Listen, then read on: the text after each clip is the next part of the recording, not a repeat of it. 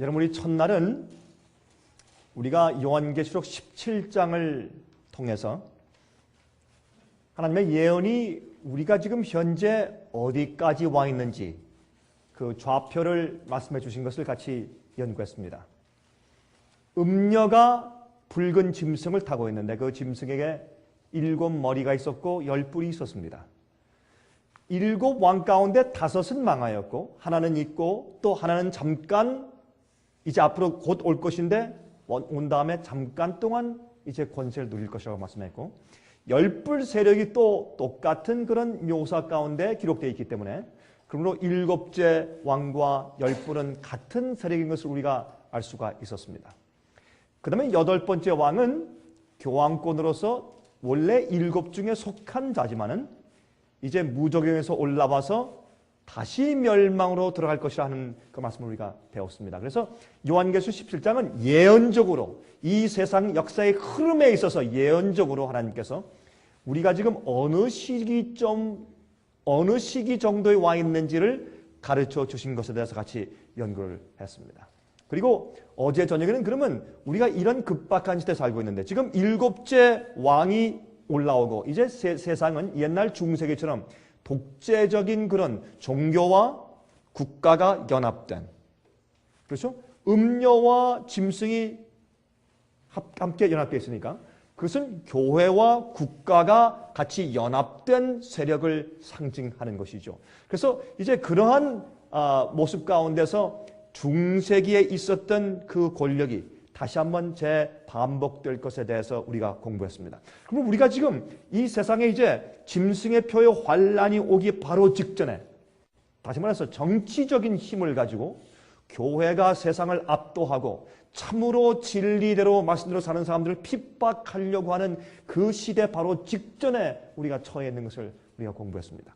그 어제 저녁엔 제가 그럼 이러한 시기에 우리가 어떻게 준비해야 될 것인가, 우리가 어떤 믿음을 가져갈 것인가 하는 것에 대해서 말씀을 드렸는데 성소 제도를 제가 설명을 드렸습니다. 성소 제도는 하나님께서 우리를 어떻게 구원하시는가 하는 유일한 하나님의 구원의 청사진인 것을 말씀을 드렸습니다. 하나님께서 우리를 구원하실 때 어떻게 구원하시는가 하는 3가지 단계가 있습니다.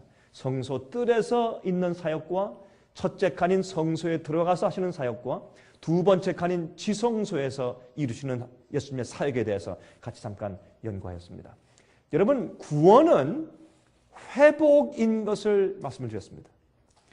구원은 우리가 예수님을 믿을 때 주님께서 우리 죄를 그저 뒤집어 씌워서 덮어주셔서 봐주셔서 구원하시는 것보다는 하나님께서 여러분과 제 마음속에 꽁꽁 숨어있는 죄를 당신의 사랑과 능력과 은혜로 녹여내서 우리를 옛날 하나님께서 우리를 창조하실 때처럼 우리를 회복해 가심으로 구원하신다는 것을 말씀을 드렸습니다.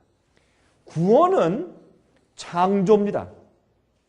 구원은 진화가 아닙니다. 진화론과 창조론의 차이가 뭔지 아십니까? 진화론은 어떠한 것이 더 나은 것을 위해서 점점 진화되어 발전해 나간다고 생각하는데 그 발전해 나가는 힘이 진화되어 가고 있는 그 물질 속에 있다고 믿는 것이 진화입니다. 그렇죠? 그러나 창조는 그렇지 않습니다. 창조는 하나님께서 어떤 물질을 없는 것에서 있는 것으로 만드시는 것입니다. 그러나 능력은 하나님께 있는 것이지 창조함을 받는 그 물질 가운데 있는 것이 아닙니다.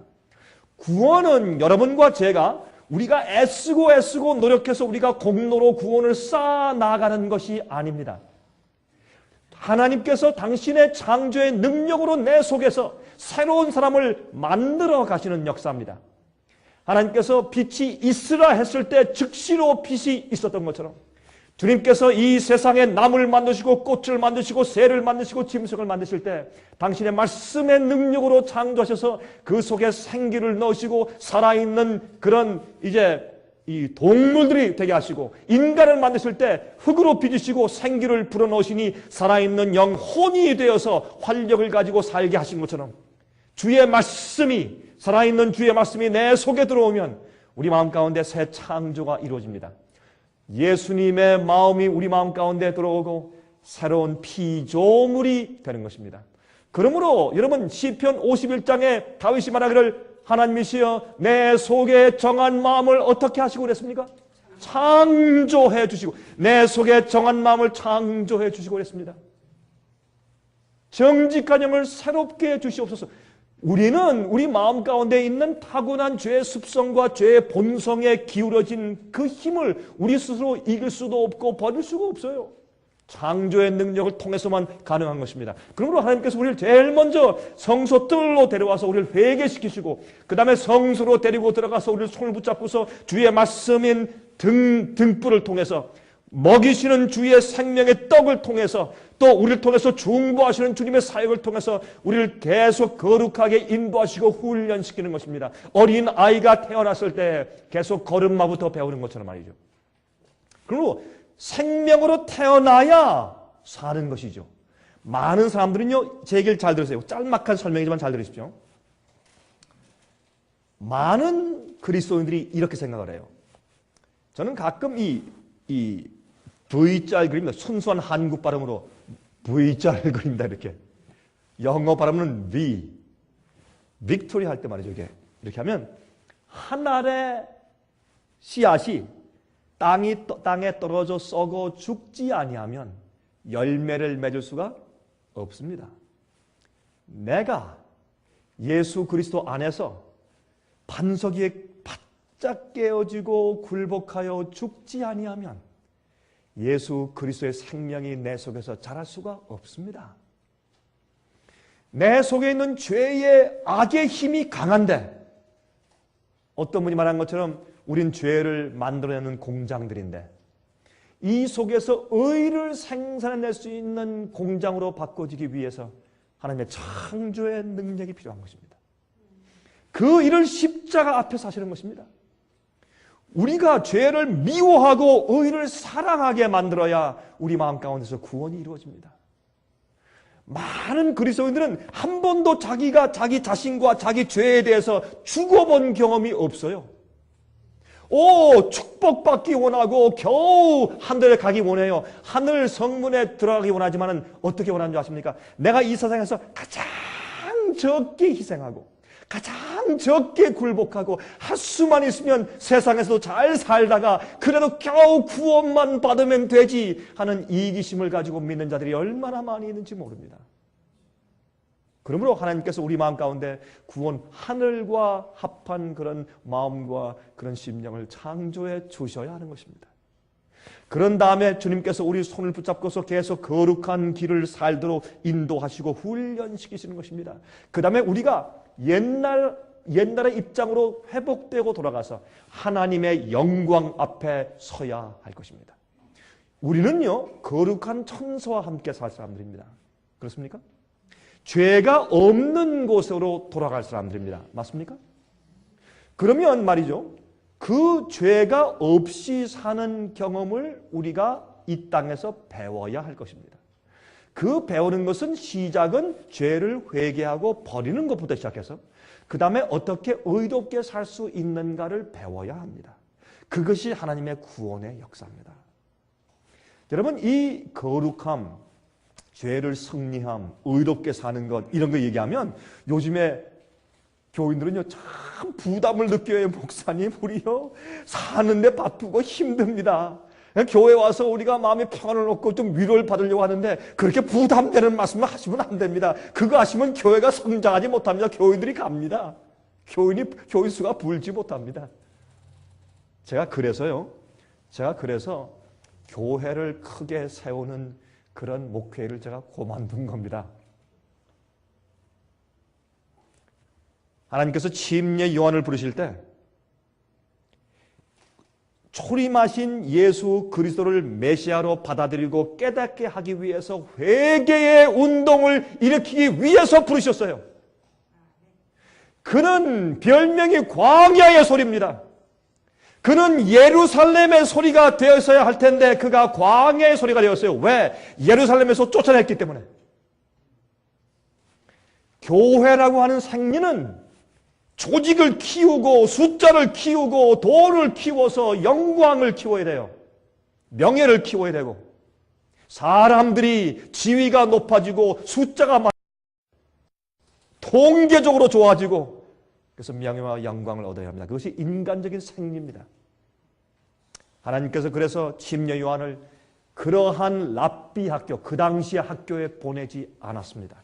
그런데 가서 이 마음을 더럽히지 않기 위해서 거기 보내지 않고 어디에 따로 홀로 외롭게 광야에 두어서 성령께서 천사가 그를 특별하게 교육을 시켰습니다.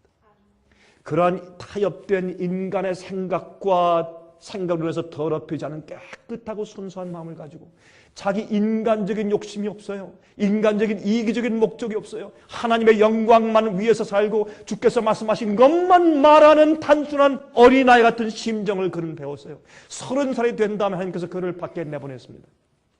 그는 이제 오셔서 이 땅에 계시고 이제 곧 공생애를 시작하실 예수님을 밝히 사람 앞에 소개하기 위한 일을 하다가 6개월 일하다가 목 잘려 죽음을 당했어요. 그는 세상을 위해 살지 아니하고 하나님을 위해 살았기 때문에 30년 동안 참 순결하게 훈련받고 6개월 짤막하고 굵게 일하다가 목 잘려 죽음을 당했어요. 어떤 분들은 가끔 저한테 이제 전화로나 아니면 저를 만나서 이런 얘기를 합니다. 목사님 강의를 들어보면 또 이제 저희 인터넷에 들어와서 제 강의를 이렇게 들어보면 목사님 참 생명을 내놓고 하신다 하는 느낌이 자꾸 들어갑니다. 그런 얘기를 해요. 사실입니다. 적어도 전 그렇게 하려고 애를 씁니다. 여러분 얼마나 많은 그리스도인들이 자기가 예수님의 반석 위에서 깨어져서 죽어본 경험이 없이 그리스도인 생을 살려고 하기 때문에 얼마나 어려운 갈등을 가지고 사는지 몰라요. 내가 죽어야죠. 나를 부인하고 십자가를 져야 된다고 말씀을 했어요. 그 경험이 창조의 경험이에요. 여러분이시요, 오늘 밤에 공부를 시작하기 전에 여러분 마음 가운데 혹시 이 문제에 있어서 내 마음 가운데 나는 정말 주 앞에 정말 내 가진 모든 것을 주 앞에 굴복한 경험이 아직까지 한 번도 없었다 하는 분이 계시다면 지금 주님 앞에 조용히 기도하는 심정으로 오늘 이 공부에 참여하시기 바랍니다. 얼마나 중요한지 모릅니다. 자, 오늘 저녁엔 제가 이제는 사건적인 면을 볼 때 우리가 지금 어디까지 와 있는가. 제가 첫째 날 저녁에는 예언적인 안목에서 우리의 좌표를 설명드렸고 지금은 예언을 설명하지만 사건적으로 이 세상에 어떤 일이 이루어져 왔느냐, 앞으로 어떤 사건이 생길 것인가를 제가 설명을 드릴 것입니다. 사건적으로 볼 수 있는 우리의 좌표에 대해서 좀 공부할 것입니다. 자, 이제는 또 시패를 좀 매십시오. 이제부터 좀 빨리 좀 달려갈 것입니다. 예언으로 보는 우리의 현 주소입니다. 우리의 현재 위치를 성경 예언에서 한번 찾아보기로 하겠습니다. 제일 먼저 제가 이전에 한번 설명을 드린 적이 있지만은 여러분들에게 상기시켜 드리기 위해서 다시 한번 잠깐 동안 복습을 좀 하겠습니다. 성경 예언을 통해서 본 요한 바오로 2세의 장례식. 이것이 얼마나 우리에게 충격적인 사실이고 이것이 우리에게 무엇을 알려주는 것인지를 우리가 이해해야 할 것입니다. 이걸 좀 짤막하게 제가 사진만 좀 보여드리면서 설명하고 지나가십니다. 서론적으로. 여러분 참고제를 좀 설명드리면 천주교회의 로만 캐톨릭 교회의 예언이 있습니다. 우리가 이 예언을 믿는 것은 아닙니다. 그러나 여러분 성경이 이렇게 말씀했죠. 마귀도 자기 때가 얼마 남지 않은 것을 알고 분내어 이 땅에 내려갔다 그런 말씀이죠. 마귀도 자기 때가 보니까 하늘의 천사들이 거룩한 천사들이 막 분주히 다니고 또 예수님께서 어떤 일을 하시고 하는 것을 마귀가 눈치채기 때문에 이게 때가 거의 다 되는 모양이다. 이 예수께서 이제 두 번째 성을 올려고 준비하신 모양이다 라고 해서 자기 때가 얼마 남지 않은 것을 마귀도 깨닫고 짐작한다 그 말입니다. 자, 우리가 이런 예언을 믿는 것은 아니지만 참고할 수 있는데 로만 캐톨릭 교회의 예언 가운데 이런 예언이 있어요. AD 850년 그러니까 지금부터 850년 전입니다. 지금부터 850년 전이니까 그러니까 지금부터 약 한 1150 몇 년 되겠죠? 그 정도의 아일랜드의 천주교 감독 말라카이 신부가 쓴 교황들에 대한 예언서가 있습니다. 참 흥미있는데 그 예언서가 꽤 많이 다 정확한 것은 아니지만 꽤 많은 부분에 맞아 들어갔어요. 참 흥미있어요. 우리가 참고하기에. 그의 예언에 의하면 1146년도에 죽은 셀레스틴 2세 이후에 111명의 교황이 앞으로 일어날 것이다. 111명의 교황이 더 일어나고 그 다음에 세상에 종말이 온다. 그렇게 예언을 했어요. 참 재미있는 예언이죠. 그런데 흥미있는 것은 말이죠. 요한 바오로 2세가 110번째 교황이었고 그들의 예언에 의하면 그리고 새로 지금 선출된 베네딕트 16세가 이것은 래칭어 그 추기경이었죠. 이 독일에 있었던 그 베네딕트 16세가 마지막 11번째 교황이라고 말을 합니다. 참 흥미있는 얘기예요. 정말 그럴지 안 그럴지 우리가 하나님께 맡기는 것이지만 그들의 예언에 의하면 그렇단 말입니다. 그래서 이 말라기 신부는 111번째 교황 때에 세상 역사가 마치고 환란이 이르러 올 것이라고 예언을 하였습니다. 그리고 죽었습니다. 그런데 요한 바오로 2세에 대해서 예언하면서 그는 110번째 그 교황이 와서 그는 태양의 활동을 할 것이다. 세상을 환하게 비추는 태양의 활동을 할 것이다. 그런데 참 이 교황의 그 역대 교황들 가운데서 요한 바오로 2세만큼 세계를 그렇게 많이 여행하고 큰 일을 해낸 교황이 과거에 없었습니다. 그래서 이 태양의 활동을 할 것이라는 그 예언을 한 것은 참 흥미있는 그런 일 가운데 하나인 것입니다. 여러분 그런데 이 요한 바오로 2세가 살아있을 때보다 죽은 이후에 더 유명해졌어요. 죽었을 때 그 장례식 때 엄청난 일이 생겼습니다. 그렇죠? 이 장례식 때 2005년도 4월 8일이었습니다. 이때는 제가 독일 교회에서 제가 집회를 하고 있었습니다.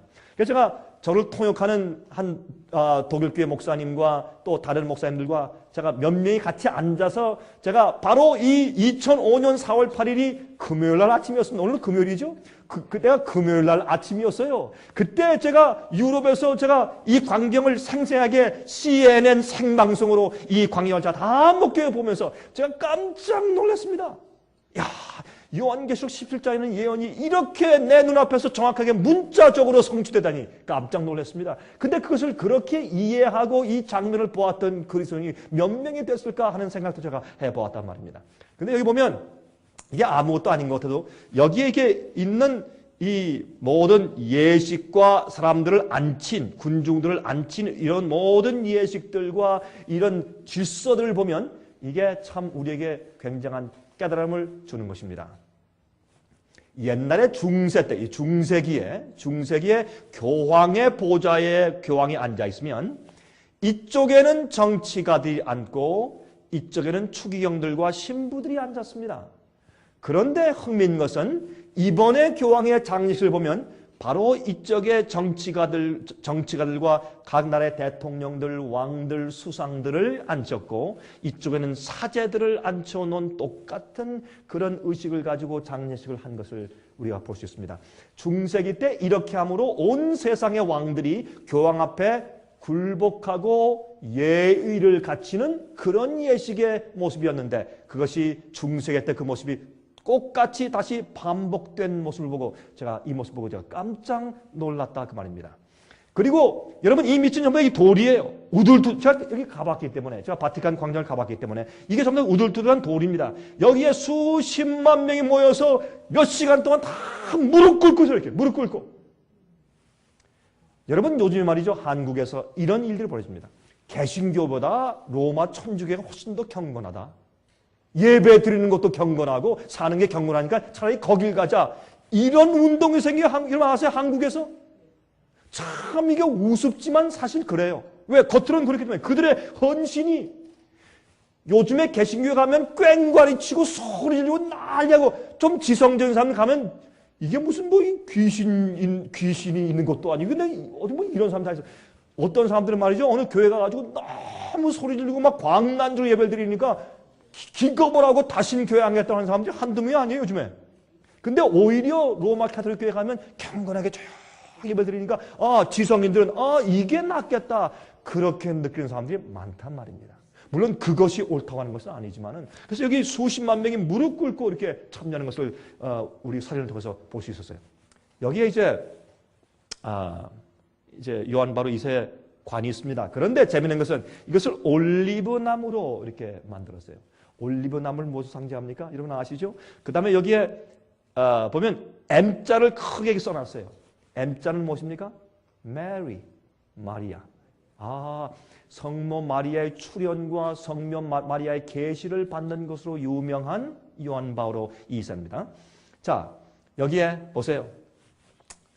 부시 대통령, 여러 나라의 수상들, 왕들이 다 참석을 했습니다. 이전 독일의 수상도 왔죠? 여기에? 그렇죠? 토니 블레어 전 영국 총리도 왔죠? 여기 보십시오. 클린턴 대통령과 부시 대통령이 함께 참석해서 대화하는 광경이 있습니다. 자, 여기에 아버지 부시, 아들 부시, 클린턴. 자, 무릎 꿇고 지금 무엇을 하고 있습니까?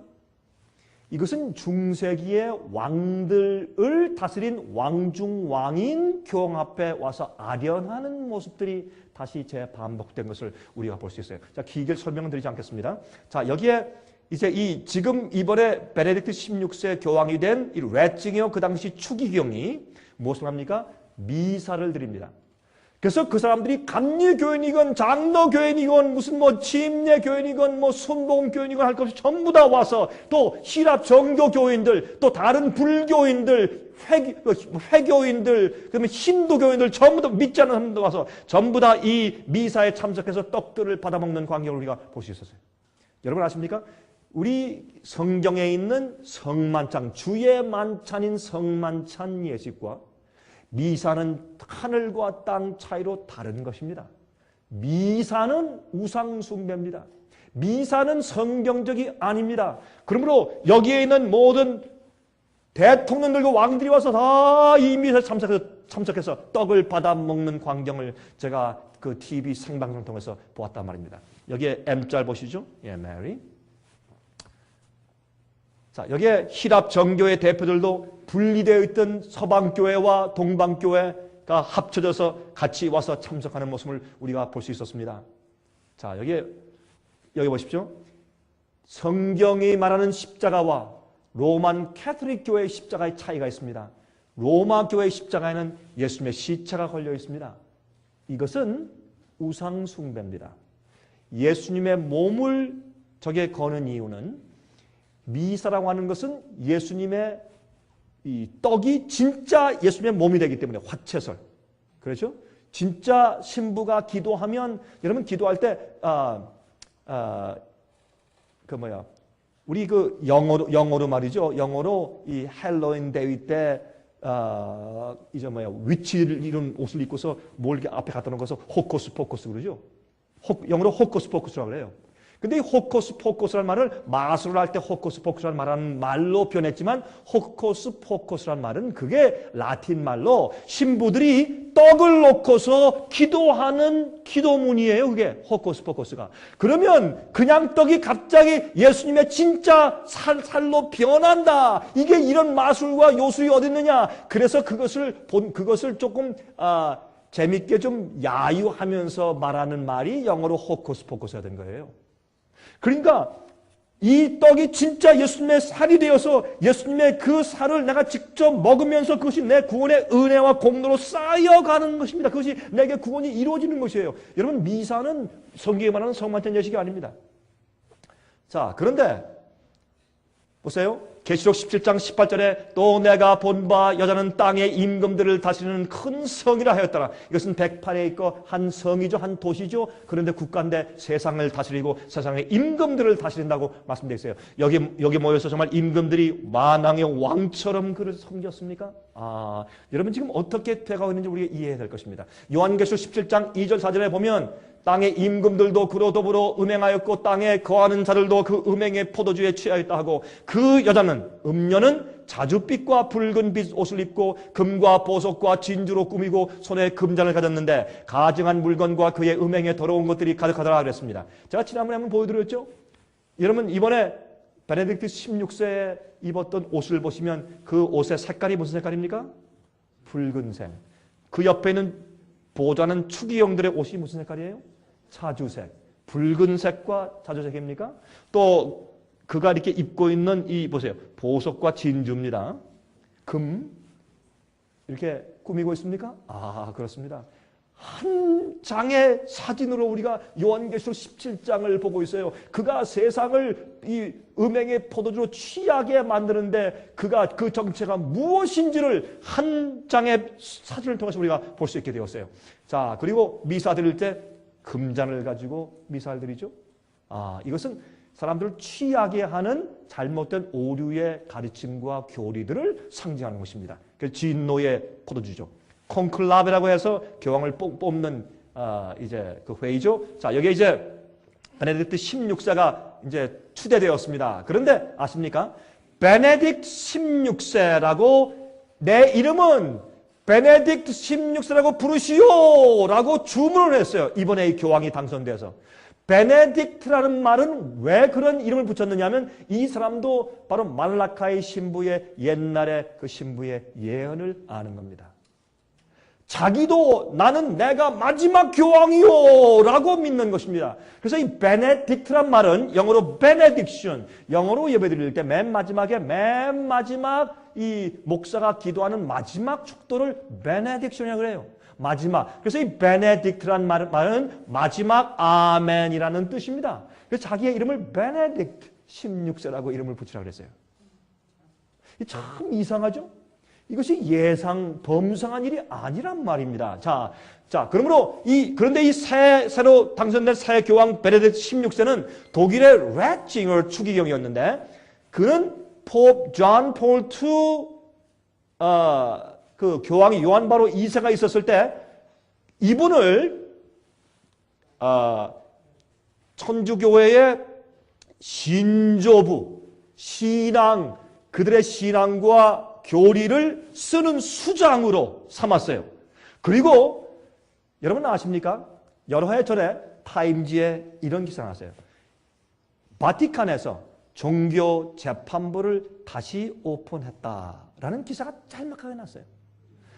종교 재판부가 뭔지 아세요? 옛날에 이단이라고 교황을 반대하는 사람들을 전부 갖다가 화형시키고 잡아 죽이고 막 고문을 가하고 하는 것이 종교 재판이었어요.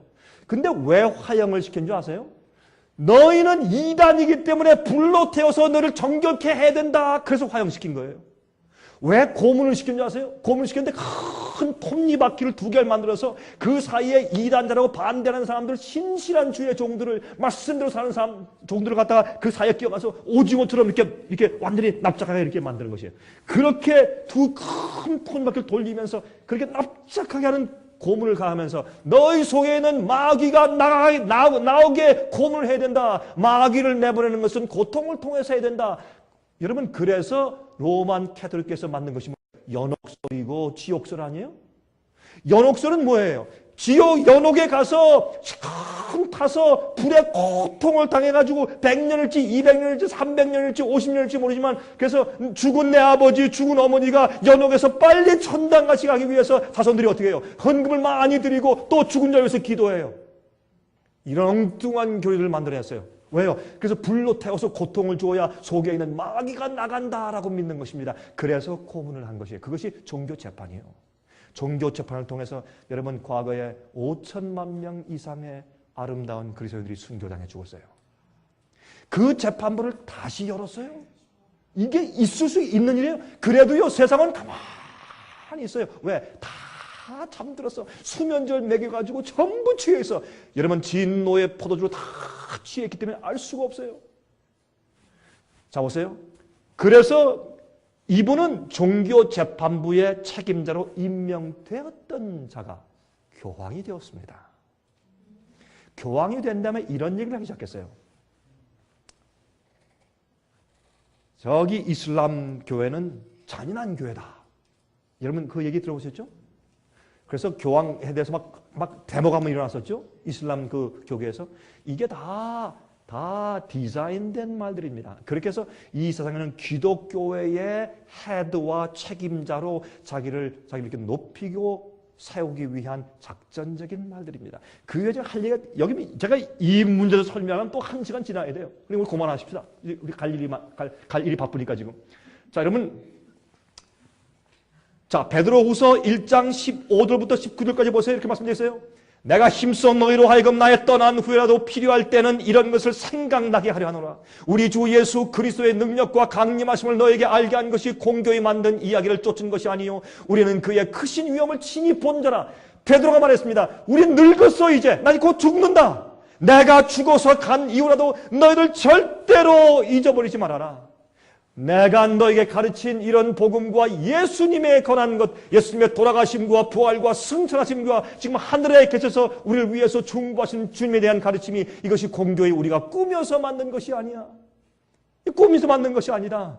지극히 큰 영광 중에서 이러한 소리가 그에게 나기를 이는 내 사랑하는 아들이요 내 기뻐하는 자라 하실 때에 저가 하나님 아버지께 존귀와 영광을 받으셨느니라. 나는 이 말을 2번 들었다. 예수께서 침례받고 올라오실 때 그 말씀을 아버지께서 하실 때 내가 들었고, 예수님께서 변화산 위에서 그 말씀을 아버님께로부터 들을 때 내가 또 들었다.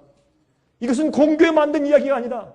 여러분이시여, 어느 누가 거짓말 위해서 생명을 바칠 사람이 어디 있어요? 돈 벌기 위해서, 명예를 위해서, 거짓말 위해서 좀 살 수 있지만은 생명이 달릴 때, 자기 목에 칼이 들어올 때 자기의 목숨 바치면서 거짓말을 옹호할 자는 없어요.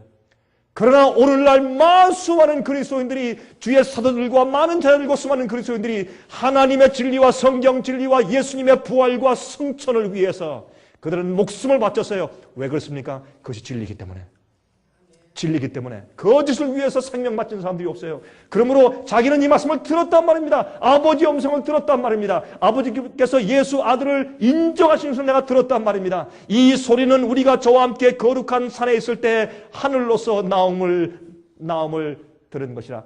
변화산 위에서 들었단 말입니다. 자, 그 다음에 이렇게 말씀합니다. 이제 19절. 이것은 우리에게 하신 말씀이에요. 또 우리에게 더 확실한 무엇이 있어? 예언이 있어. 어두운 데 비치는 등불과 같으니 날이 새어 샛별이 너희 마음에 떠오르기까지 너희가 이것을 주의하는 것이 가하니라. 샛별은 무엇을 상징합니까? 예수 그리스도를 상징합니다. 샛별은 또 진리의 말씀에 대한 이해를 상징합니다.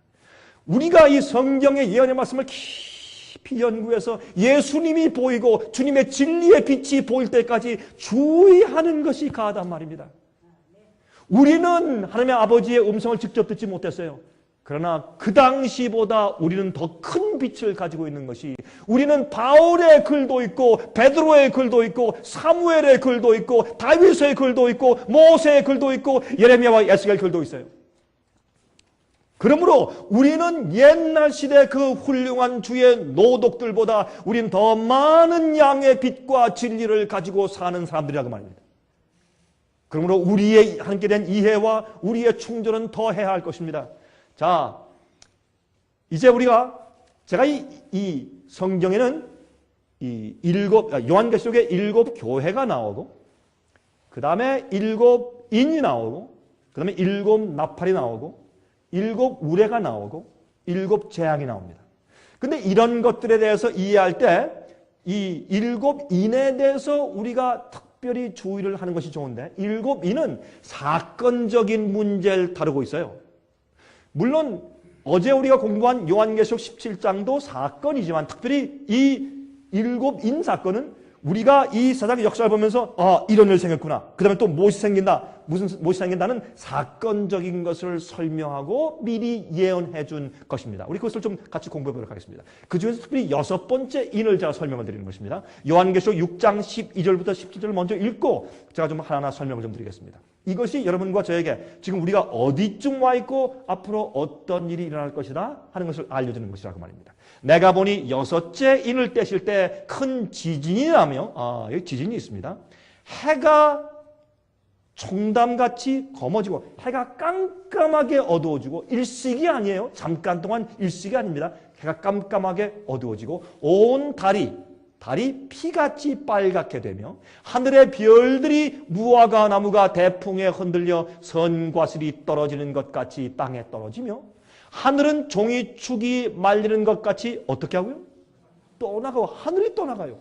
참 이상한 일이죠. 이런 일들이 순서적으로 일어나는 것을 보고는 인자가 곧 이 땅에 오실 것을 알라, 그렇게 말씀하셨단 말이에요. 그러면 정말 이런 일들이 우리 세상에 일어났고 지금 일어나고 있느냐? 제가 현대적으로 우리가 지금 현재 살고 있는 이 시대를 제가 비춰서 설명을 드릴 것이에요. 제 말이 맞으면 받으세요, 안 맞으면 버리세요.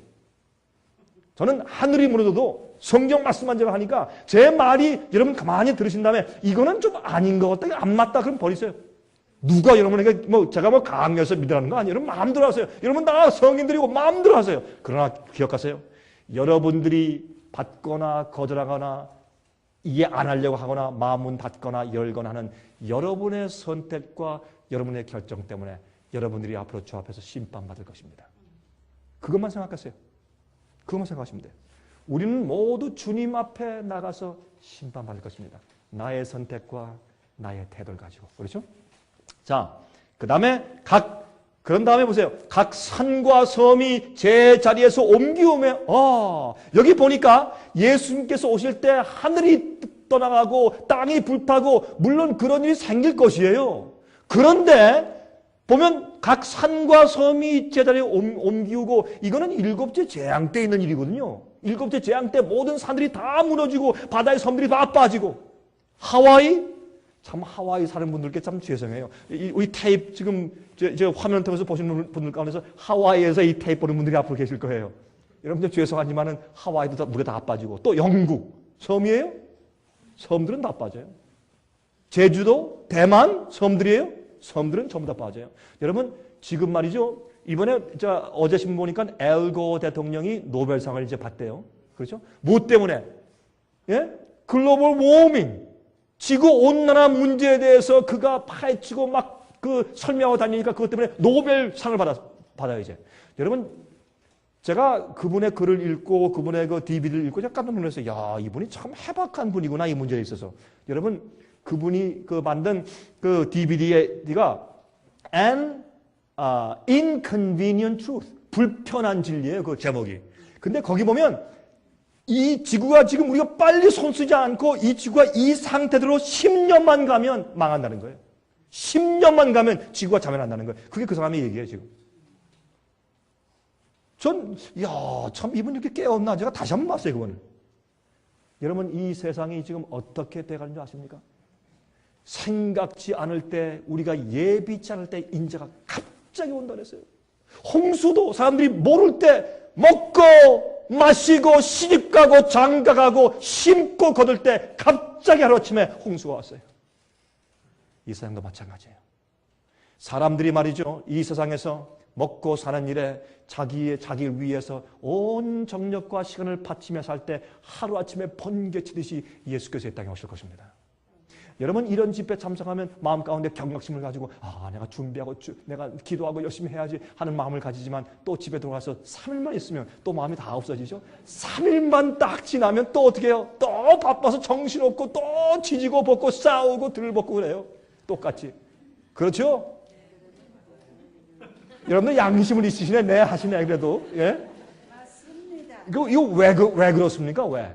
옛날에 노아 홍수 전에도 그렇게 살다가 망했어요. 그렇죠? 여러분 정신 차리세요. 정신 차리세요.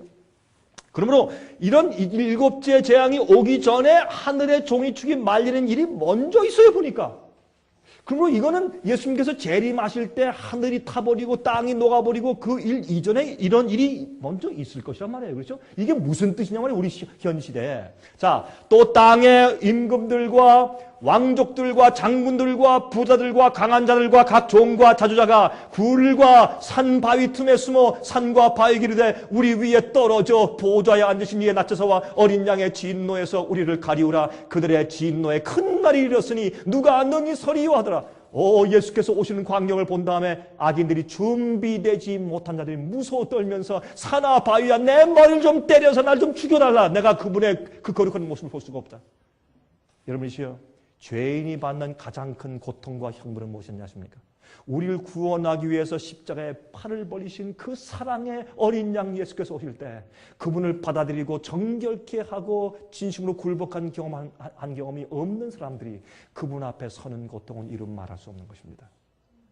어린 양의 진노에서, 어린 양이 무슨 진노가 있어요? 회개치 않은 자는 그들 앞에서, 어린 양 앞에서 무서워 떨고 그 양심의 고통은 이름 말할 수 없는 것입니다.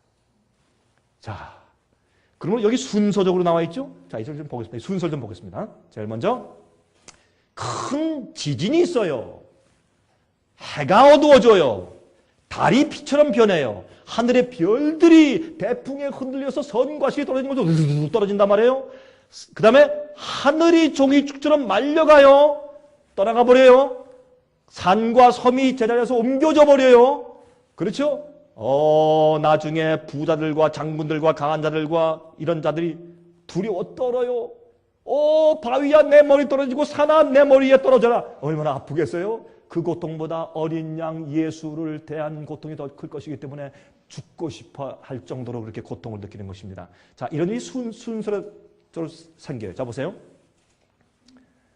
이 일은, 여러분, 여기에 있는 이 일은 우리가 어떻게 봐야 되냐면, 제가 여기서 여러분들에게 다 이걸 전체 7일을 설명드릴 수 없기 때문에 부분적으로 설명드릴 수밖에 없는데, 그럼 여러분께서 성경을 돌아가 보시면 첫째, 둘째, 셋째, 넷째 인까지 4번의 인은 말이 나와요. 말. 흰 말이 나오고 붉은 말이 나오고 검은 말이 나오고 청황색 말이 나와요. 그것은 뭘 상징하는가? 7 교회가 흘러가는 그 시대에 7 인과 7 나팔도 같은 동시에 흘러나가고 있는 것입니다.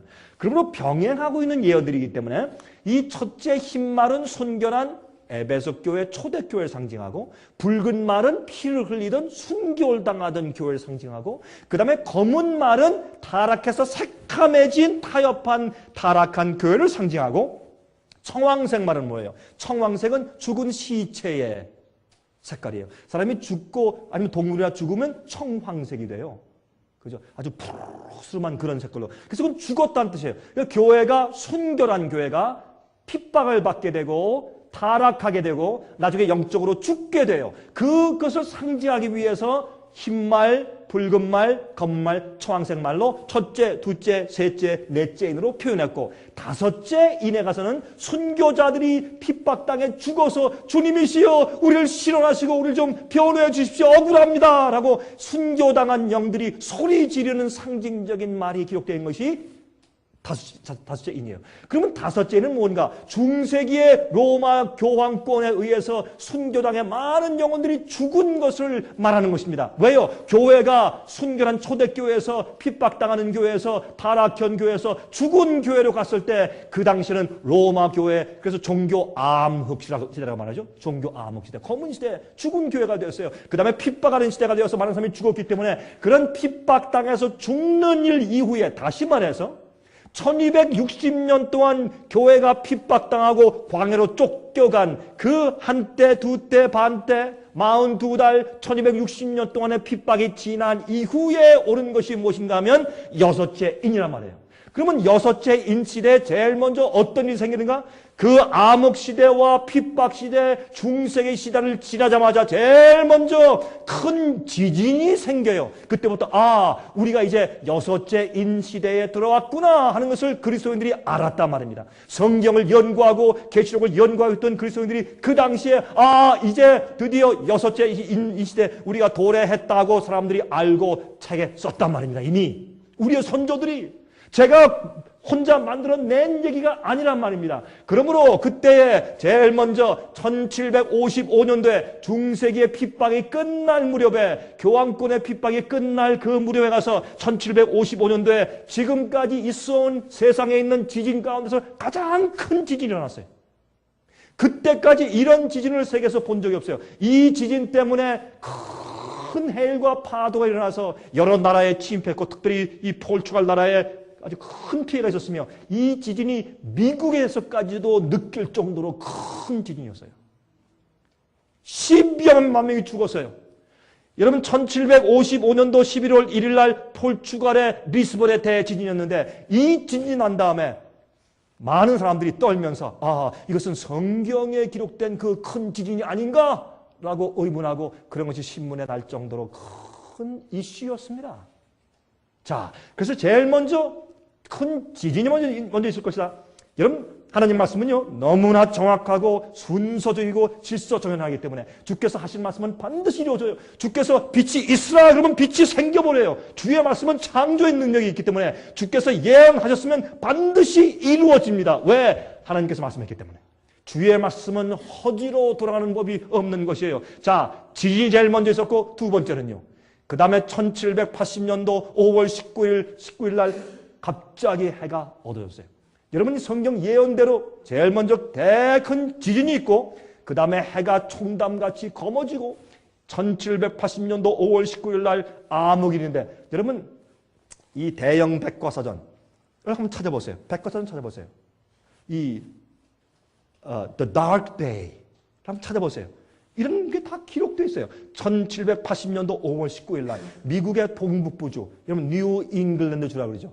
뉴욕, 매사추세츠, 그 다음에 버먼트, 메인 뭐 이런 데 말이죠. 그렇게 이 동부에 5개 주 있는 곳에 갑자기 아침 10시부터 서서히 햇빛이 어두워지더니 한 11시쯤 되었는데 깜깜해서 이것은 칠흑 같은 그래서 개기 일식도 아니고 깜깜해졌어요.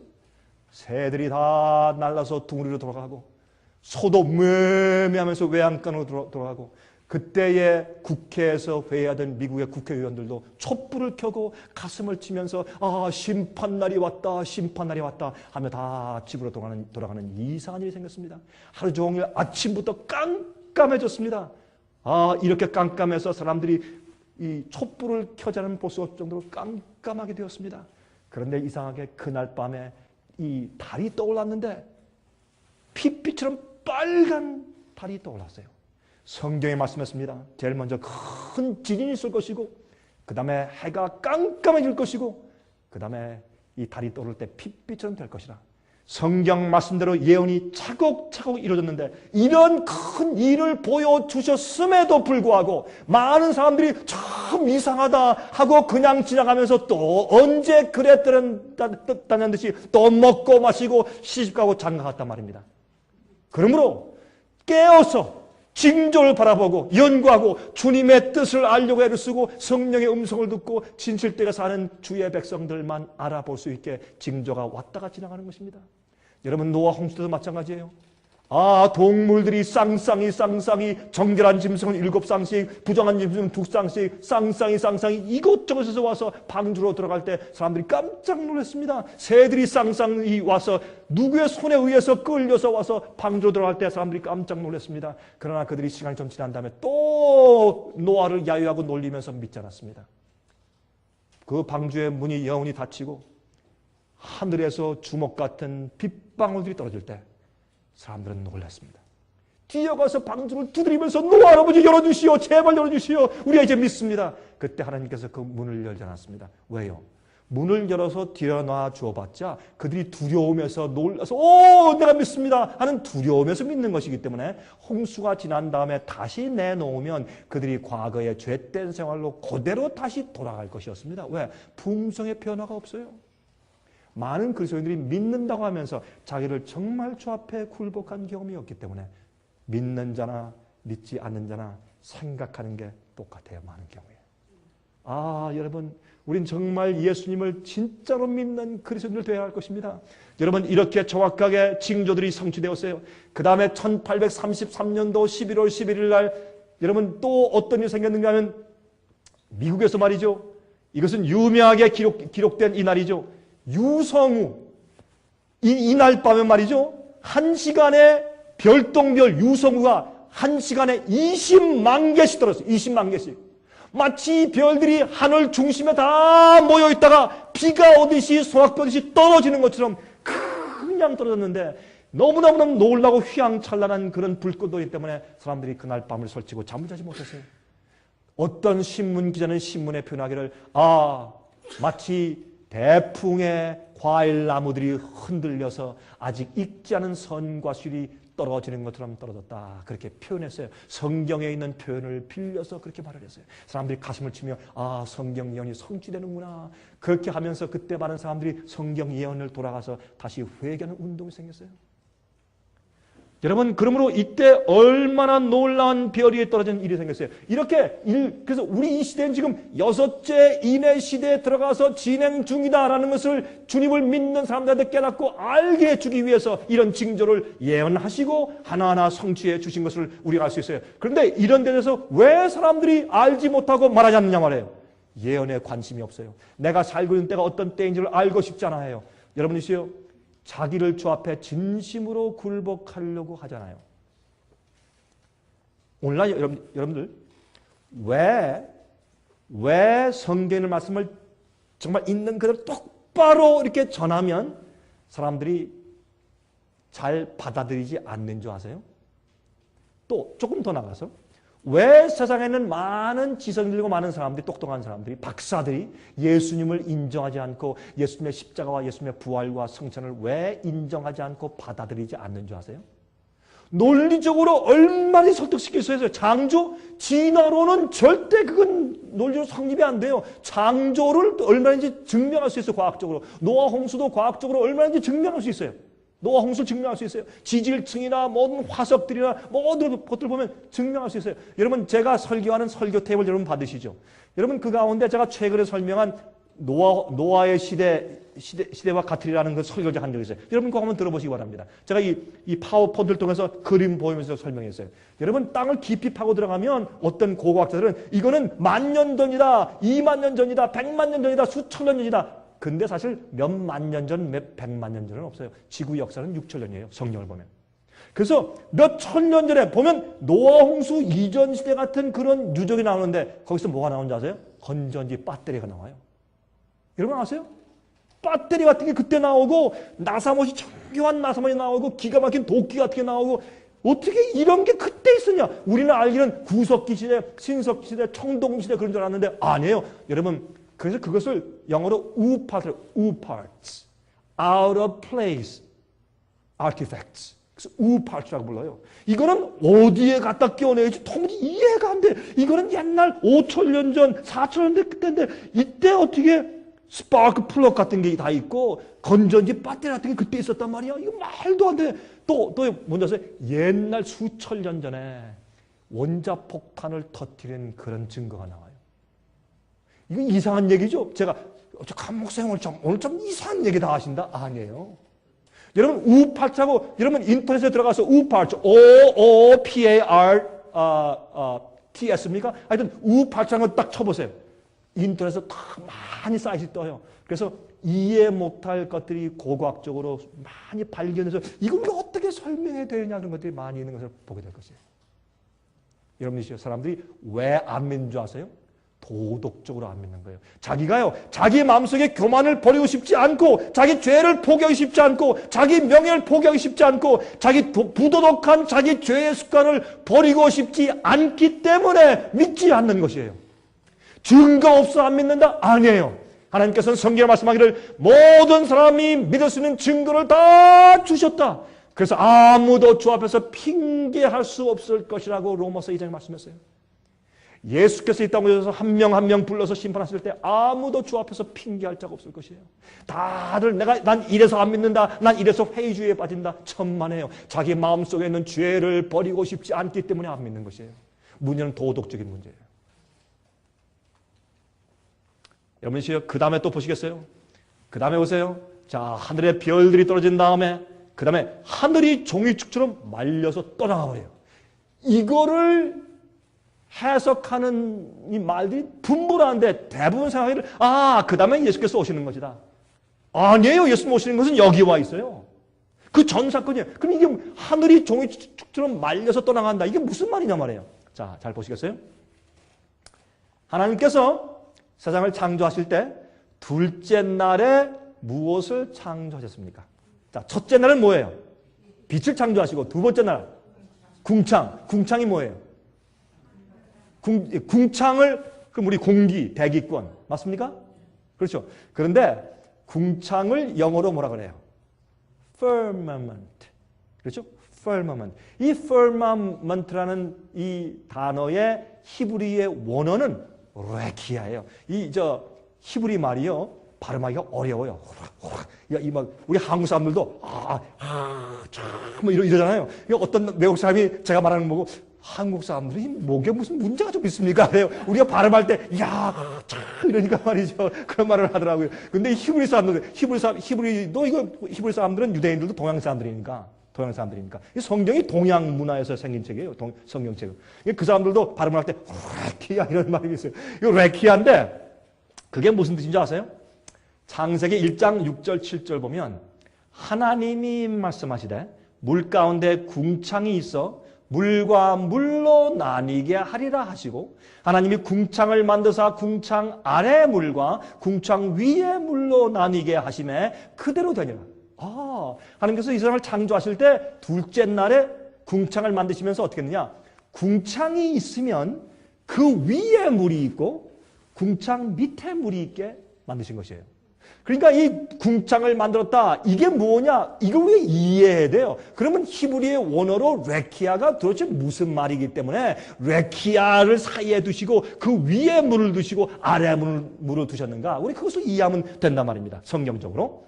자, 궁창과 그 위에 물과 그 아래 물인데 궁창은 the firmament, 히브리 말로 레키아인데 그 뜻은 망치로 때려서 쳐서 만든 얇은 금속 막 그런 뜻이에요.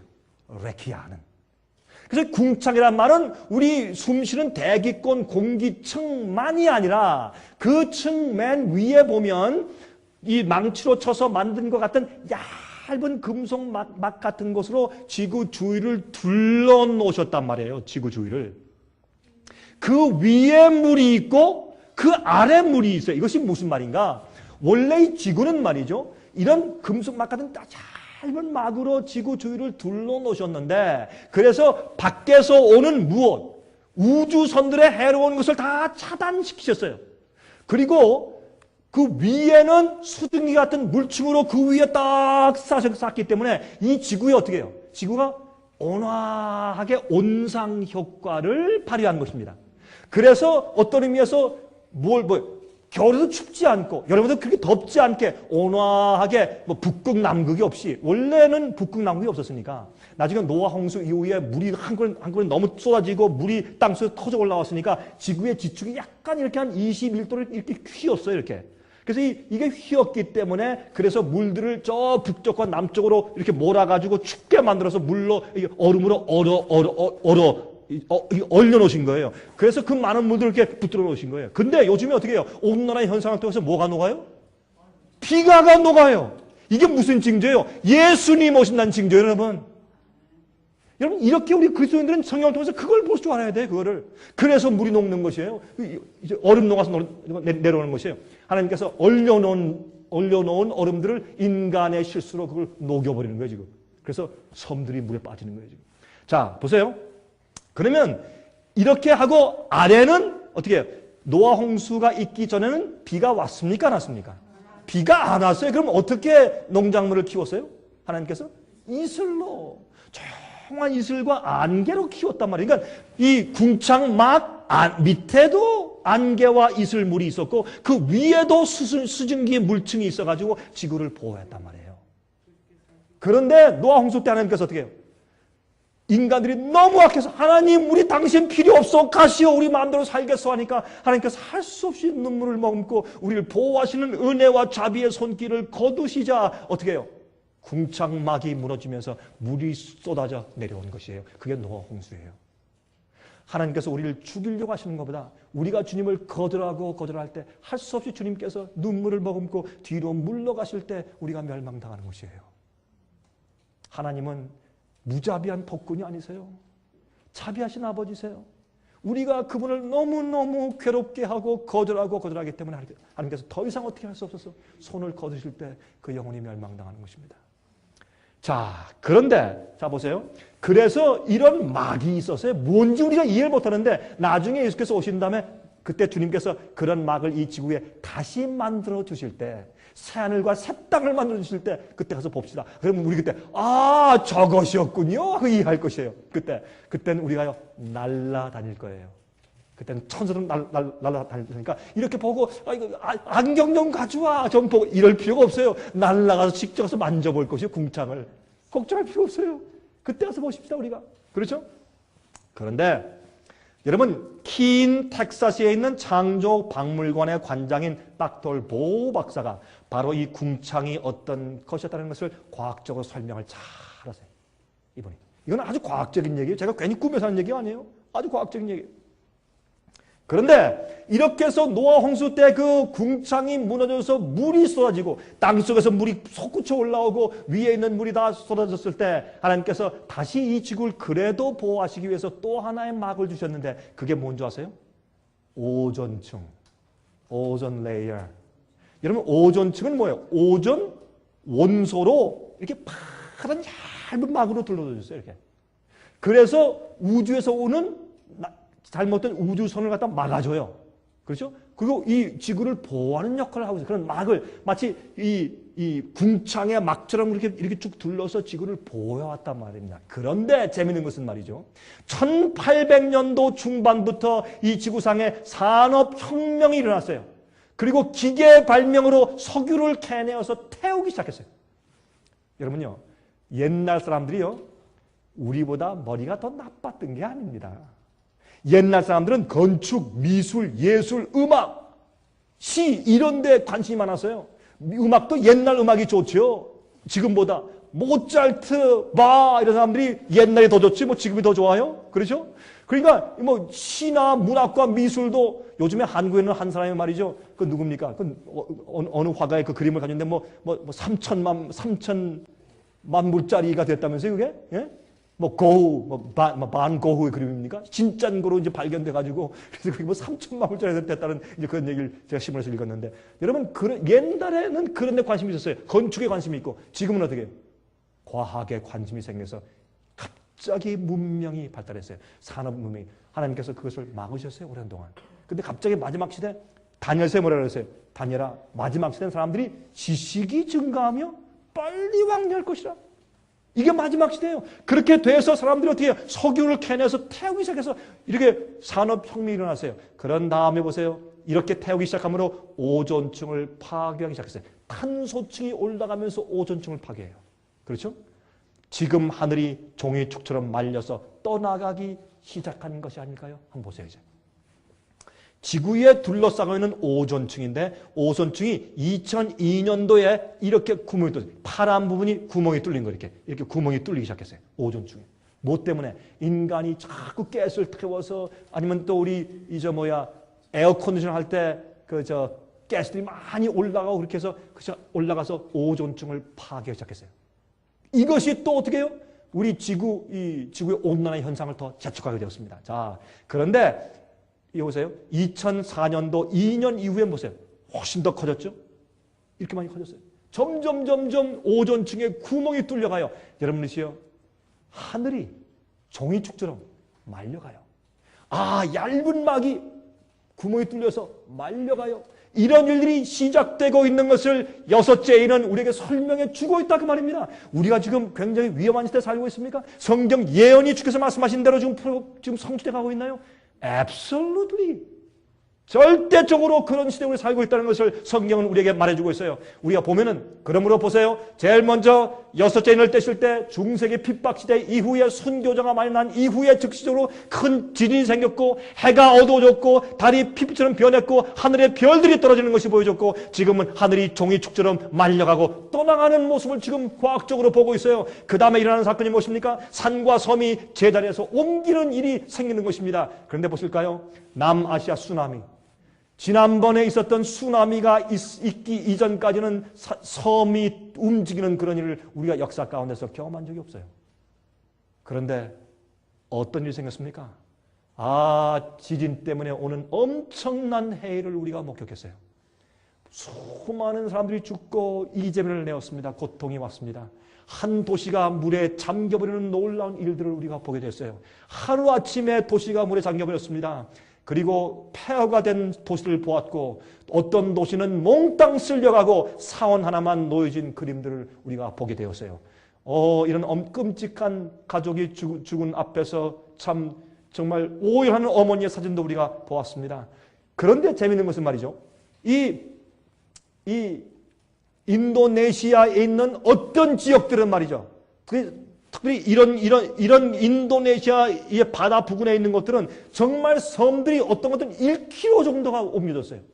이게 뭐냐면 그 수마트라 섬 가까이 있는 이 오션 바다 바닥에서 이제 지진이 났는데, 지진이 났을 때 이 밑에 있는 층이 말이죠. 한 층이 이걸 이렇게 쳐서 올라왔어요. 이렇게 깨어지고 이거 갈라지면서 한 층이 부쑥 튀어 올라오니까, 이 바다 밑에는 그 두꺼운 층이 부숙 쪄서 탁 치니까 마치 이 당구 치는 대, 그 뭐라 해요? 당구 치는, 예? 그 키우라 그래요? 그 키우러 전 당구를 별로 안 좋아하시니까 알 수가 없죠.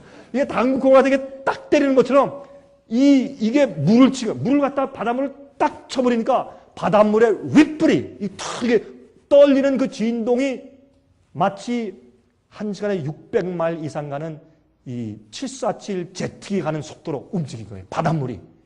자, 그냥 이 진동이 마치 비행기가 가는 그 속도로 움직여버리니까 이게 보통 문제가 아니에요. 그래서 엄청난 해일로 그 힘으로 움직이니까 어떤 적은 섬들은 움직여버려요. 이렇게 떠서 아예 자리를 움직여버렸어요. 그래서 지금은 인도네시아 부근에, 수마트라 섬 부근에 지도를 요즘에 다시 그리고 있어요. 왜? 어떤 섬들은 없어졌고 어떤 섬들은 움직였기 때문에. 여러분이시여, 성경은 말하기를 산들이 제자리에서 옮기는 일이 있겠다고요? 하늘이 종이처럼 둘둘 말려가는 그런 일들을 보게 될 것이라고요? 여러분, 성경은 그렇게 자세하게 설명해 주었는데 그냥 해석하는 것이 아니라 제일 처음에 지진, 해가 어두워지고 달이 핍처럼 되고 별이 떨어지고 이런 일들 다음에 이런 일이 있는 것을 우리가 보지 않습니까? 지금 궁창이 떠나가고, 그러므로 이것은 예사로운 일이 아니란 말이에요. 이런 것을 볼 때 사건적으로 우리가 지금 어느 시대에 살고 있다는 좌표를 알 수 있고, 그때 우리가 경각심을 가지고 이제 주님 오시는구나, 내가 준비할 때가 되었다, 이렇게 되는 것이에요. 여러분이시여, 이 성경 말씀은 우리에게 분명히 진리의 빛을 주는데 사람들이 게으르거나 원치 않아서 이해하지 않고 받아들이지 않는 것입니다. 자, 누가복음 21장 25절부터 28절까지 이렇게 말씀이 기록되는 것을 볼 수 있습니다. 1월 성신에는 징조가 있겠고 땅에서는 민족들이 바다와 파도의 우는 소리를 인하여 혼란한 중에 공고하리라. 보세요. 1월 성신의 징조가 있겠고 해와 달과 별의 징조가 이미 있었죠. 마지막 시대에는 1월 성신의 징조가 있을 것이다. 예수께서 인자가 다시 올 때 세상의 마지막 시대를 예언한 것이에요. 이런 1월 성신의 징조가 있겠고 땅에 있는 사람들이 말이죠, 바다와 파도의 우는 소리 때문에 혼란해서 곤고할 것, 기절할 것이라. 과거에요, 이 바다의 파도를 보고 기절하는 적은 없었어요. 요즘은 기절해요. 이거 저 또 해일이 아닌가, 저 쓰나미가 아닌가 기절해요. 여러분, 저기 인도나 인도네시아, 벵글라데시 같은 데 가서 물어보세요. 사람들이 이제요, 바다에 파도만 쳐도 무섭대요. 파도만 봐도 무섭대요. 기절해요. 왜? 한번 크게 당했기 때문에. 예? 그러므로 이런 1월 성신의 징조가 먼저 있은 다음에 사람들이 바다의 파도에 우는 소리를 인해서 혼란한 가운데 기절하고 곤고할 것이다. 그런 때 지금 우리가 살고 있는 것이 아니냐 말입니다. 성경은 이렇게 축소한 말이기 때문에 우리가 풀어서 이해를 해야 될 것이요, 사람들이 세상에 임할 일을 생각하고 무서워함으로 기절하리니 이는 하늘의 권능들이 흔들리겠습니다. 그때 사람들이 인자가 구름을 타고 능력과 큰 영광으로 오는 것을 보리라. 예수께서 구름 타고 이 땅에 오시는 것입니다. 이때는 죄인들을 데리러 오시는 것이 아니라 의인들을 데리러 오십니다. 회개한 죄인들, 의롭게 변화받은 성령의 인도함 받는 자들을 데리러 이 땅에 오시는 것입니다. 이런 일이 되기를 시작하거든. 이미 시작되었어요? 이런 일이 되기를 시작하거든 일어나 머리를 들라, 너희 구속이 가까웠느니라 하시라. 이때는 머리를 들어야 돼요. 하늘을 봐야 돼요. 예수님을 기억해야 돼요. 성경 말씀의 빛을 이해해야 돼요. 하늘을 우러러봐야 돼요. 머리를 들어야 돼요. 땅을 보시지 말고. 어떤 사람은 지나가다가 100불짜리 한 번 주셨어요. 그게 재미있어서 자기는 일평생 동안 땅만 보고 살았대. 예? 그래가지고 그 사람이 죽을 지역에 죽으면서 한번 수필을 써내리셨어요. 나는 그 100불을 주신 다음부터 그게 재미있어서 내가 땅만 보고 살았는데, 살아보니까 지금까지 내가 11,000개 머리핀을 주었고 2,000 몇백 개의 단추를 주었으며 동전을 몇 개 주었고 주신 저기가 내자 보면서 참 불쌍한 사람 그랬어요. 지금 사람들이 꼭 그래. 세상만 보고 살아. 세상만 보고. 예? 여러분이시여, 여러분의 모든 집은 앞으로 다 타버릴 것이요, 여러분의 그 좋은 차들은 전부 다 불에 다 타버리고 물에 잠들 것이요, 우리가 여러분이 쌓아놓은 모든 공로와 명예와 자랑들은 다 불타버릴 것입니다. 머리를 들어서 하늘을 보시기 바랍니다. 예수님 오십니다. 예수님 오십니다. 자, 다음에, 그러면 요 다음에 이르러 올 사건이 뭐예요? 지금 우리가 어디까지 와 있는가 좀 알았어요, 이제? 그러면 요 다음에 어떤 사건이 있을 것인가 보세요. 여기에 요한계시록 6장 15절부터 17절까지입니다. 땅의 임금들과 왕족들과 장군들과 부자들과 다 세력이 있는 사람들이에요. 그렇죠? 그런 사람들이 어떻게 해요? 강한 자들과 각 종과 자주자가 굴과 산 바위 틈에 숨어 산과 바위에 이르되 우리 위에 떨어져 보좌에 앉으신 이에 낮춰서와 어린 양의 진노에서 우리를 가리우라. 그들의 진노에 큰 날이 이르렀으니 누가 능히 서리하더라. 세상에 환란이 와요. 이 환란이 올 때 여러분, 우리의 학위가, 우리의 명예와 우리의 돈과 우리의 자랑이 우리를 막아주고 보호해주지 못할 때가 옵니다. 뭐 부한 자나 가난한 자나 강한 자나 약한 자나 높은 자나 낮은 자가 똑같이 그 앞에서 벌벌 떨 때가 옵니다. 하나님의 환란과 심판이 임하기 때문에 그때의 재앙들이 임할 때 사람들이 얼마나 놀랄지 모릅니다. 그 일이 앞으로 올 사건이라고 성경은 말해주고 있어요. 여러분, 그런데 기억하세요. 여러분, 생각지 않을 때 갑자기 인자가 온다고 말씀했습니다. 마태복음 24장 44절에 예수님께서 통분하며 말씀했어요. 이러므로 너희도 예비하고 있으라. 생각지 않은 때 인자가 올 것이라. 사람들이 기대하지 않고 이 세상에 빠져서 땅만 보고 살 때 갑자기 예수께서 오신다고요. 번개치는 것처럼. 동에서 서쪽으로 번쩍하는 것처럼 번개처럼 이 땅에 임하신다고 예수께서 말씀했어요. 여러분들 준비되어 있습니까? 우리 얼마나 긴박한 시대 살고 있는지 몰라요. 그 다음에 여러분, 제가 이제 이걸 좀 설명드려요. 잘 보세요. 요한계시록 6장 9절부터 11절 보시면 우리가 지금 6째 인을 공부하셨죠? 그 바로 전에 5째 인이 있어요. 5째 인에 이렇게 말씀했어요. 5째 인을 떼실 때 내가 보니 하나님의 말씀과 저희의 가진 증거를 인하여 죽임을 당한 영혼들이 제단 아래에 있어 큰 소리로 불러 가로되 거룩하고 참되신 대주제여 땅에 거하는 자들을 심판하여 우리 피를 신원하여 주지 아니하시기를 어느 때까지 하시려나이까 하니. 여러분, 이 얘기를 보고 어떤 사람은 말합니다. 자, 보세요. 죽은 영혼들이 소리 지르고 있으니까 사람은 죽으면 영혼이 다 지옥 같든지 천당 같든지 다 이렇게 살아있는 것이 아닙니까? 영혼은 죽지 않습니다. 영혼 불멸설 그래요. 그건 잘못 이해한 것이에요. 그건 오해한 것이에요. 여기 있는 것은 상징으로 말씀하는 것이에요. 이들이 지금 부르짖는데 어디서 부르짖어요? 땅에서 부르짖어요. 땅에서. 그렇죠? 그렇죠? 그들이 땅에서 죽임을 당한 영혼들이 제단 아래, 이 제단 아래 어디요? 이 제단은 성소의 뜰에 있는 번제단 밑에, 거기 번제단 밑에 양의 피를 거기 쏟지 않습니까? 그래서 거기 피를 쏟았다는 그런 상징으로 땅에서 무덤에서 소리 지르고 있는데 그게 무슨 뜻이냐? 자, 보세요. 창세기 보면 가인이 아벨을 돌로 쳐 죽였죠. 그렇죠? 그런 다음에 하나님께서 가인을 만나서 뭐라 했습니까? 너 내 아우의 피가 땅속에서 내게 소리 지른다. 그건 상징입니까? 진짜입니까? 진짜의 상징이에요. 여러분, 피가 소리를 지릅니까? 피가? 여러분, 피를 흘리면 피가 소리를 질러요? 상징이죠. 그거는 상징으로 억울하다라고 말하는 것을 하나님께서 표현해 주신 것이죠. 마찬가지로 피가 소리를 지르는 것이 아니에요. 마찬가지로 이 죽은 영혼이 진짜 소리 지르는 것보다는 너무나 억울하게 죽은 많은 순교자들이 죽었다라고 표현한 얘기라 그 말입니다. 그렇죠? 그런데 하나님 빨리 어떻게 해요? 우리를 심판해 주셔야 합니다. 라는 호소가 올라간다고 상징적으로 표현되어 있는데 왜? 여기 7인은 상징적으로 설명되어 있기 때문에. 그런데 11절에 각각 저희에게 흰 두루마기를 주시며 말씀하시되 아직 잠깐 동안 어떻게 하라? 쉬되. 그래서 하나님께서 죽음을 뭐라 그랬어요? 잔다, 쉰다. 주 안에서 자는 자들이 먼저 일어나고 살아있는 우리도 그들과 함께 공중으로 끌어올려 주님을 만날 것이라고 했죠. 데살로니가전서 4장. 그렇죠? 그러므로 여기 보면 어떻게 해요? 그들에게 뭐라 합니까? 너희들 쉬고 있지? 잘한다. 쉬어라. 죽음은 은혜예요. 여러분, 죽게 되었다고 두려워 떨지 마세요. 죽음이 무서워서 종로로 타는 자들을 구원하고 해방시켜 주려고 예수께서 오셨다고 히브리 2장에 말씀했어요. 죽게 되었다고 왜 떨고 난리만 안 죽으려고 뭐 불로 쳐 얻으러 가려고 난리래. 왜 그래? 왜? 죽으면 죽는 거지. 아니면 나이 많으면 죽어야죠.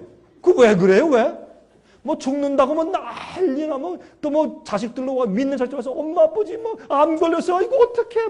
막 대성통곡 난리야. 왜 그래요? 죽으면 죽지. 죽어야지. 죽어야 앞으로 영원히 살 거 아니에요. 언젠가 다 죽잖아요. 왜들 그리스도인들이 왜 죽는 것을 그렇게 두려워하는지 모르겠어요. 비행기 타고 말이죠. 제가 한 번은 말이죠. 비행기 타고 제가 애틀란타 그 공항에 내려고 하는데 그때 비 오는 날이었는데 제가 앉아 있는 곳이 저기 이제 날개가 있었는데 저쪽 끝에 그때 막 번개가 번쩍번쩍하더니 거기에 번쩍하더니 불이 났어요. 제가 눈에 보는데 날개 저쪽에 있는 그 신호등 저 끝에 있잖아요. 거기서 불이 이렇게 쫙 타오르는 걸 제가 봤어요. 제 눈으로. 그러니까 비행기가 좀 흔들리고. 그러니까요. 참 재밌는 건요. 사람들이 떠들고 야유하고 농담하고 말이죠. 막 그리고 막 술 마시고 막 책 보는 사람들이 갑자기 조용해져. 죽음 앞에서는요. 아무도 자랑을 못해. 죽음 앞에서는 전부 다 조용해가지고 전부 다 술 먹던 사람 술 다 내려놓고 책 보는 사람 책 다 접고 다 조용히 앉아가지고 떨면 다 얼굴이 다 상기돼 있어. 다 그래가지고 떨려가지고. 박사면 뭐해?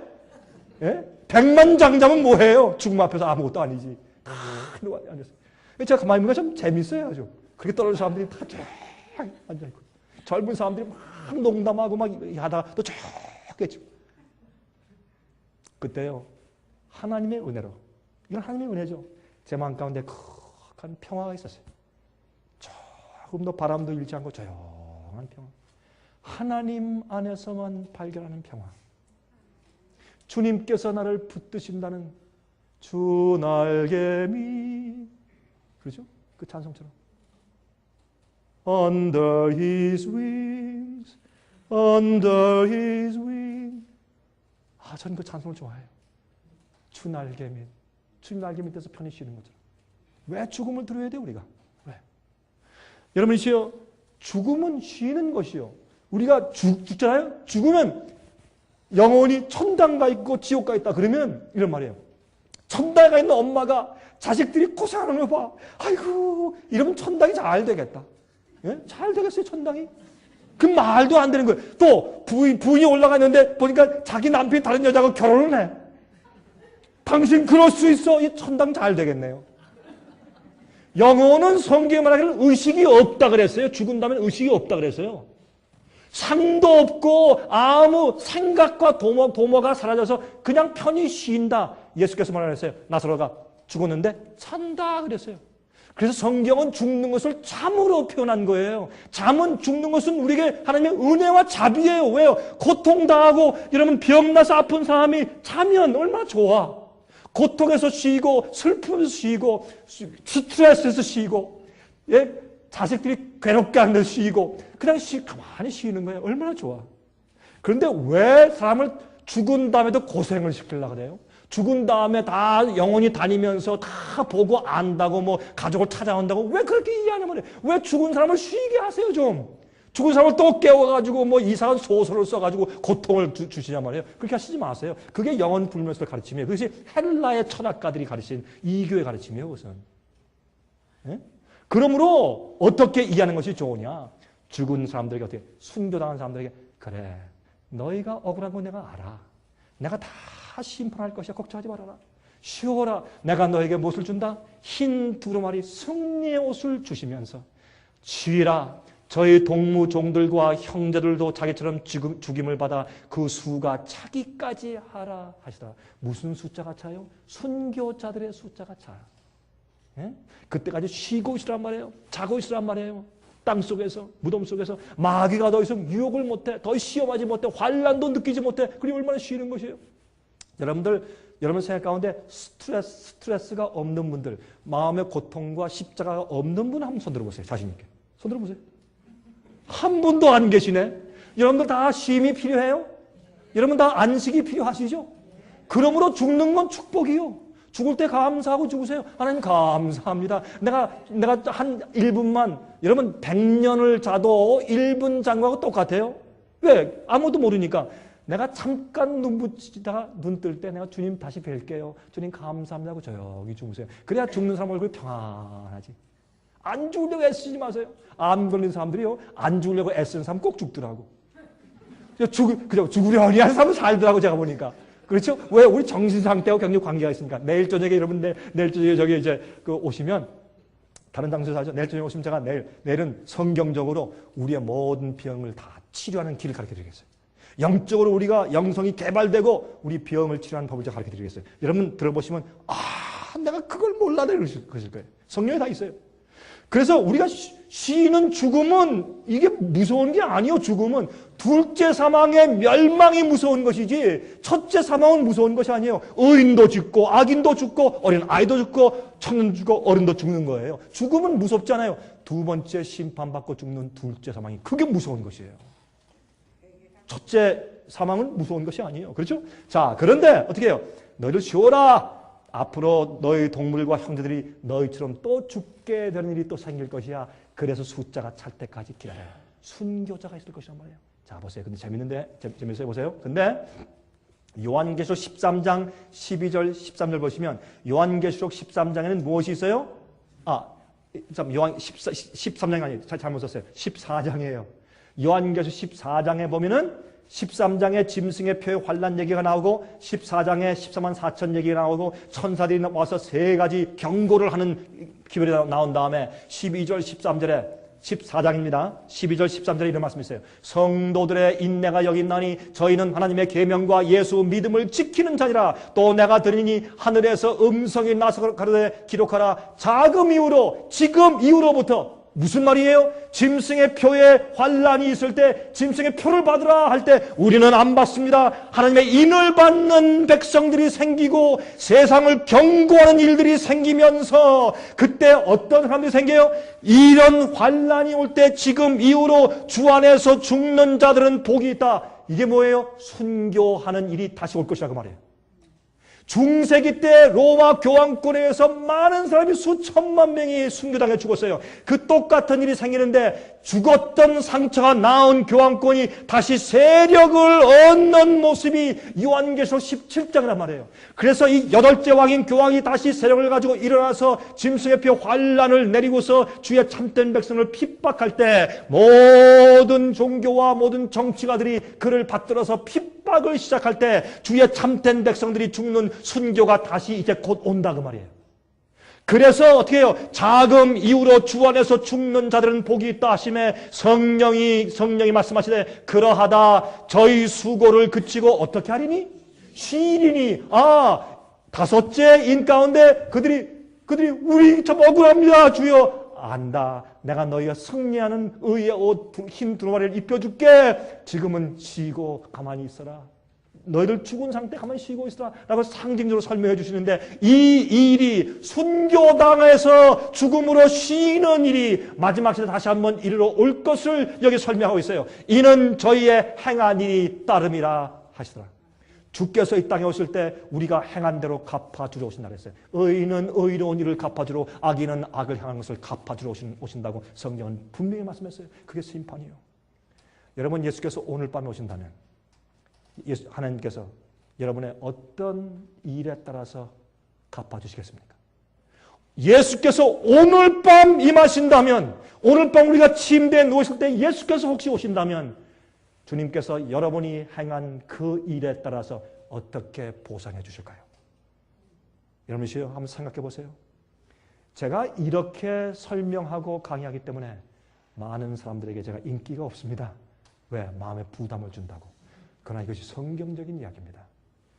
여러분이시여 옛날에 중세기 때 많은 사람들이 쇠사슬로 묶여서 가서 그들이 화형을 당하고 사자의 밥이 되고 목이 잘려서 죽는 순교를 당했어요.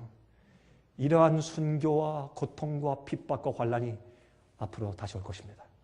여러분 제가 한 가지 아는 것이 있습니다. 병약한 사람들, 나이가 많이 든 분들, 어린아이들, 앞으로 환난을 통과하기에 육신적으로 힘든 자들은 주님께서 미리 잠재워서 쉬게 하실 것입니다. 그러나 힘이 있고 아직도 건강이 있어서 진리를 변호하고 핍박을 당하면서 죽을 각오가 되어 있는 자들은 환난을 통과하며 증인되게 하실 것입니다.